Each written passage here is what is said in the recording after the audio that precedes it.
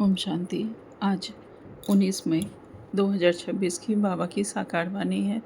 बाबा कहते हैं, मीठे बच्चे, आत्म अभिमानी भव, चलते फिरते उठते बैठते यही अभ्यास करते रहो तो तुम्हारी बहुत उन्नति होती रहेगी। आज का प्रश्न है, बाप की एक्यूरेट याद किन बच्चों की बुद्धि में रहेगी? उत्तर में बाबा कहते, जिन बच्चों ने बाप को एक्यूरेट जाना है, जिन्होंने बाबा का सत्स्वरूप जाना है। बाबा कहते हैं, कई बच्चे कहते हैं कि बिंदु को भला कैसे याद करें। भक्ति में तो अखंड ज्योति समझ याद करते आए हैं, अभी बिंदी समझकर बिंदी कहकर मूंझ जाते हैं। इसलिए पहले पहले यह निश्चय हो कि बाप अखंड ज्योति नहीं, वह अति सूक्ष्म बिंदु है। बाबा अखंड ज्योति नहीं बल्कि एक अति सूक्ष्म बिंदु हैं। जैसे हम आत्माएं बिंदु, वैसे बाबा भी बिंदु। बाबा कहते हैं, तब याद एक्यूरेट रह सकती है। जब हम बाबा को एक्यूरेट जानेंगे तभी एक्यूरेट याद में हम रह सकते हैं। ओम शांति। सभी बच्चे याद में बैठे हैं। मन मनाभाव, यह संस्कृत अक्षर वास्तव में है नहीं। बाप ने जब सहज राजयोग सिखाया है तब यह संस्कृत अक्षर बोले नहीं है। यह तो संस्कृत अक्षर जानते ही नहीं है। बाप तो हिंदी में ही समझाते हैं। भलवा रथ हिंदी, सिंधी तथा इंग्लिश जानने वाला है, परंतु बाप समझाते हिंदी में हैं। जो जिस धर्म का है उनकी अपनी भाषा है। यहाँ हिंदी भाषा ही चलती है। यह भाषा समझना सहज है और यह स्कूल भी वंडरफुल है। इसमें कोई भी कागज़, पेंसिल, पन्ने आदि की दरकार नहीं रहती। यहाँ तो सिर्फ एक अक्षर को याद करना है, से अर्थात बाप को याद करो। गॉड को अथवा ईश्वर को अथवा परम पिता परमात्मा को कोई याद ना करे। बाबा कहते हैं, गॉड को या ईश्वर को अथवा परम पिता परमात्मा को कोई याद ना करे। यह मुश्किल है। याद सभी करते हैं परंतु उनकी पहचान नहीं है। सब अपने अपने हिसाब से भगवान को याद करते हैं लेकिन पहचानते नहीं हैं। बाबा ही आकर अपनी पहचान देते हैं। शास्त्रों में जो कल्प की आयु इतनी लंबी लिख दी है वह बाप आकर समझाते हैं। बहुत बड़ी बात भी नहीं है। अहिल्याएँ, बूढ़ी बूढ़ी माताएं क्या समझेंगी? यह तो बहुत ही सहज है, कोई छोटे बच्चे भी समझ सकते हैं। बाबा अक्षर कोई नया नहीं है। शिव के मंदिर में जाते हैं तो बुद्धि में आता है कि यह शिव बाबा है, वह निराकार है। सभी मनुष्य मात्र बाबा कहते हैं। हम सर्व आत्माओं का बाप एक है। सब जीव आत्माएं जो शरीर में निवास करती हैं बाप को याद करती है। सब धर्म वाले जो भी हैं सब परमपिता परमात्मा को याद जरूर करते हैं। वह है परम धाम में रहने वाला बाप। हम भी वहाँ के रहने वाले हैं, तो अब सिर्फ बाप को याद करना है। चाहते भी हैं हम पावन बने, बुलाते भी हैं, हे पतितों को पावन करने वाले आओ। नई दुनिया पावन थी, अब फिर पुरानी हुई है। इनको कोई नया नहीं कहेंगे, भारतवासी जानते हैं। नए भारत में देवी देवता राज्य करते थे। जब नया भारत था तो उसके आगे क्या था? संगम। इससे भी सहज कहना चाहिए। नए के आगे पुराना था। संगम को मनुष्य इतना सहज समझ नहीं सकते। न्यू वर्ल्ड, ओल्ड वर्ल्ड, इसके बीच में फिर संगम कहते हैं। नई दुनिया आने में और पुरानी दुनिया समाप्त होने के बीच का जो समय है वही यह संगम है। लौकिक में, भक्ति मार्ग में यह चीज़ नहीं समझते हैं यह बात। बाबा कहते हैं, बाप के लिए कहते हैं, हे पतित पावन आओ, आकर हमको पावन बनाओ। हम पतित बन गए हैं। नई दुनिया में कोई पुकारेंगे नहीं। अभी तुम्हारी समझ में आ गया है कि यह भारत पावन था। हे पतित पावन आओ। यह तो बहुत समय से बुलाते आए हैं। उनको यह पता नहीं कि पतित दुनिया कब पूरी होगी। कहते हैं शास्त्रों में लिखा हुआ है कि अभी 40,000 वर्ष और कलयुग पति दुनिया चलेगी। 40,000 वर्ष या कलयुग और चलेगी, शास्त्रों में ऐसा लिखा हुआ है।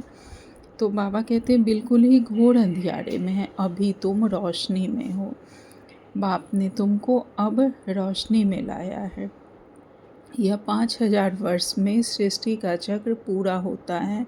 कल की बात है, तुम राज्य करते थे, बरोबर इन लक्ष्मी नारायण का राज्य था, स्वर्ग था। बाबा कहते हैं कल की बात है, तुम राज्य करते थे, बरोबर इन लक्ष्मी नारायण का राज्य था, स्वर्ग था। पावन दुनिया में कोई उपद्रव आदि हो नहीं सकता, उपद्रव होता ही है रावण राज्य में। यहाँ तुमको बाप समझाते हैं, तुम सम्मुख कानों से सुनते हो। कौन सुनते हैं? आत्मा। आत्मा को बड़ी खुशी होती है, हमको बाप फिर से आकर मिला है, बाप से वर्षा लिया है। अब बाप कहते हैं मुझे याद करो। इसमें कोई लिखने पढ़ने की बात नहीं है। जब कोई आते हैं तो पूछा जाता है आपको कैसे आना हुआ, तो कहेंगे यहाँ के महात्मा से मिलने। क्यों, तुमको क्या चाहिए बताओ? कोई भिक्षा चाहिए? सन्यासी हो तो रोटी का टुकड़ा चाहिए।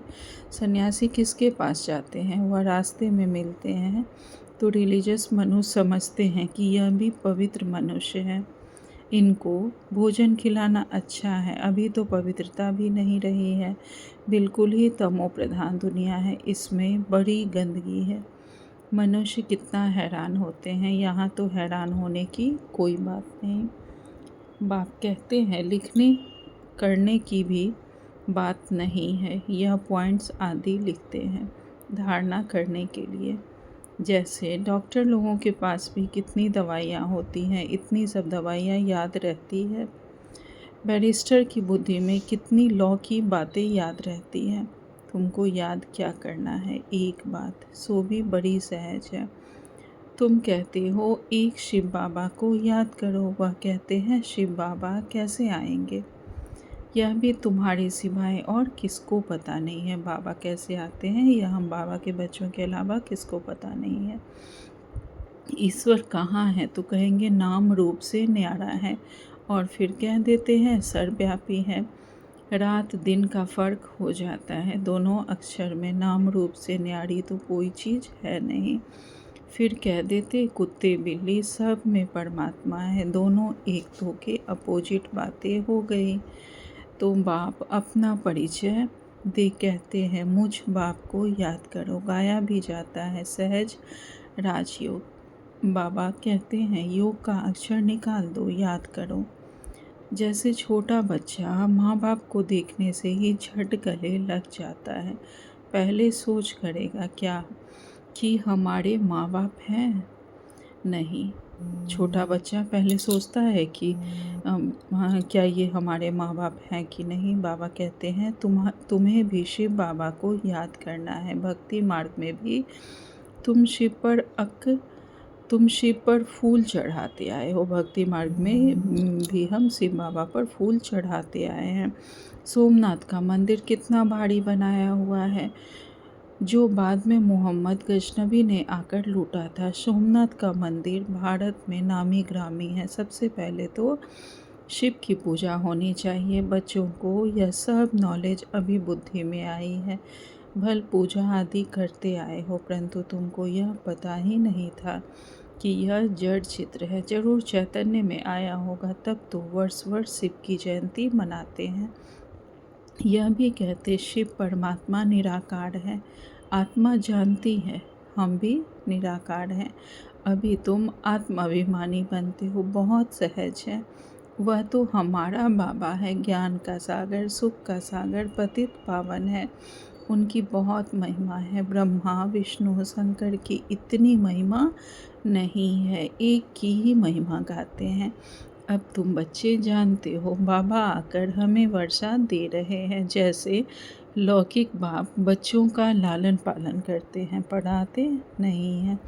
पढ़ाई के लिए स्कूल जाते हैं, फिर वानप्रस्थ में गुरु किया जाता है। आजकल तो छोटे बड़े सबको गुरु करा देते हैं। यहाँ तो तुम बच्चों को कहा जाता है शिव बाबा को याद करो, सबका हक है। सब मेरे बच्चे हैं, तुम्हारे में भी कोई है जो अच्छी रीति याद करते हैं। कई तो कहते बाबा किसको याद करे, बिंदी को कैसे याद करे। बड़ी चीज़ को याद किया जाता है। अच्छा, परमात्मा जिसको तुम याद करते हो वह चीज़ क्या है? तो कह देते अखंड ज्योति स्वरूप है, परंतु ऐसे नहीं है। अखंड ज्योति को याद करना रॉन्ग हो जाता है। याद तो एक्यूरेट चाहिए, पहले एक्यूरेट जानना चाहिए। बाप ही आकर अपना परिचय देते हैं और फिर बच्चों को सारे सृष्टि के आदि मध्य अंत का समाचार भी सुनाते हैं, डिटेल में भी, तो नटसेल में भी। अब बाप कहते हैं बच्चे तुमको पावन बनना है तो उसका एक ही उपाय है, मुझे याद करो। मुझे कहते ही हो पतित पावन। आत्मा को पावन बनाना है। आत्मा ही कहती है हम पतित बन गए हैं, हम पावन थे अब पतित हैं। सब तमो प्रधान है, हर एक चीज़ पहले सतो प्रधान फिर तमो प्रधान होती है। आत्मा खुद कहती है मैं पतित बनी हूँ, मुझे पावन बनाओ। शांति धाम में पतित होते नहीं, यहाँ पतित हैं तो दुखी है, जब पावन थे तो सुखी थे। तो आत्मा ही कहती है हमको पावन बनाओ तो हम दुख से छूट जाए। तुम समझते हो आत्मा ही सब कुछ करती है। आत्मा ही जज बैरिस्टर आदि बनती है। आत्मा ही कहती है मैं राजा हूँ, मैं फलाना हूँ। शरीर के रूप में स्वयं को देखते हैं तो यह आत्मा ही कहती है अभी यह शरीर छोड़ दूसरा लेना है। इसको कहा जाता है आत्माभिमानी। देह होते आत्म अभिमानी। रावण के राज्य में देह अभिमानी होते हैं, आत्माभिमानी अभी ही बाप बनाते हैं। इस समय आत्मा पतित दुखी है तो पुकारती है हे बाबा आओ। यह भी तुम जानते हो, ड्रामा प्लान अनुसार पतित से पावन, पावन से पतित बनते आए हैं। चक्र फिरता ही रहता है। अभी तुम्हारी बुद्धि में बैठा है हमारे 84 जन्म कैसे हुए हैं। अभी यह बात भूलो मत। सुदर्शन चक्रधारी हो रहो, उठते बैठते चलते फिरते। बुद्धि में हमारी सारी नॉलेज है, तुम समझते हो हम बेहद के बाप से हम बेहद का वर्षा ले रहे हैं। बाप बच्चों को समझाते हैं कि तुमको एक बाप को ही याद करना है। बाप को याद करना रोटी का टुकड़ा खाना है बस। मीठे मीठे से खिलते बच्चों को बाप घड़ी घड़ी कहते हैं बच्चे पेट में सिर्फ रोटी का टुक्कड़ खाना है। पेट कोई जास्ती खाता नहीं है, एक पाव आटे का खाता है, दाल रोटी बस। 10 रुपये में भी मनुष्य पेट भरता है और 10,000 में भी पेट पालते हैं। गरीब लोग खाते भी क्या है, फिर भी हट्टे कट्टे रहते हैं। भिन्न भिन्न चीज़ें मनुष्य खाते हैं। बाबा कहते हैं भिन्न भिन्न चीज़ें मनुष्य खाते हैं तो और ही बीमार पड़ जाते हैं। डॉक्टर लोग भी कहते हैं एक प्रकार का खाना खाओ तो बीमार नहीं होंगे। तो बाप भी समझाते हैं रोटी टुकड़ खाओ, जो मिले उसमें खुश रहो। दाल रोटी जैसी और कोई चीज़ होती नहीं। जास्ती लालच भी नहीं रहनी चाहिए। सन्यासी लोग क्या करते हैं, घर बार छोड़ जंगल में चले जाते हैं। तत्व को परमात्मा समझ याद करते हैं, समझते हैं ब्रह्म में लीन हो जाएंगे, परंतु ऐसे तो है नहीं। आत्मा तो अमर है, लीन होने की बात ही नहीं है। बाकी आत्मा पवित्र और पवित्र बनती है। तुमको कितना अच्छा ज्ञान मिला है, तुम ही प्रारब्ध भोगते हो, फिर यह ज्ञान भूल जाता है, फिर सीढ़ी उतरनी होती है।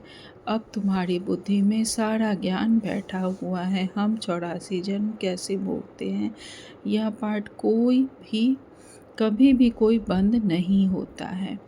यह बना बनाया ड्रामा है जो फिरता ही रहता है। यह कह नहीं सकते कि भगवान कब कैसे कहाँ बैठ बनाया, नहीं, यह तो चला ही आता है। वर्ल्ड की हिस्ट्री ज्योग्राफी रिपीट होती ही रहती है। इन बातों को कोई समझते ही नहीं है। तुम जानते हो हम ड्रामा प्लान अनुसार आए हैं, वह फिर से ड्रामा अनुसार अब हम राज्य ले रहे हैं। यह बातें और कोई समझ नहीं सकते। पूछा जाता है ड्रामा सर्वशक्तिवान या ईश्वर, तो कहते हैं ईश्वर सर्वशक्तिवान है। समझते हैं वह सब कुछ कर सकते हैं। बाप कहते हैं मैं भी ड्रामा के बंधन में बंधा हुआ हूँ, पतितों को पावन बनाने मुझे आना पड़ता है। तुम सतयुग में सुखी बन जाते हो, मैं भी जाकर विश्रामी होता हूँ। परम धाम में तुम सिर कूल्हे चढ़ जाते हो, तुम्हारी सिर की पर सवारी है। तुम जानते हो सेकंड बाय सेकंड जो भी चलता है वह ड्रामा में नोंद है। तुम बच्चों को कितनी अच्छी नॉलेज है, अब सिर्फ बाप और वर्षे को याद करो बस। कागज़ पेंसिल आदि की कोई दरकार नहीं है। ब्रह्मा बाबा भी पढ़ते हैं, यह तो कुछ रखते ही नहीं। सिर्फ बाप को याद करना है तो वर्षा मिलेगा। कितना सहज है, याद से तुम एवर हेल्दी बनेंगे। यह है धारणा की बात। लिखने से क्या फ़ायदा होगा, यह तो सब विनाश हो जाएगा। परंतु कोई याद रखने के लिए लिखते हैं।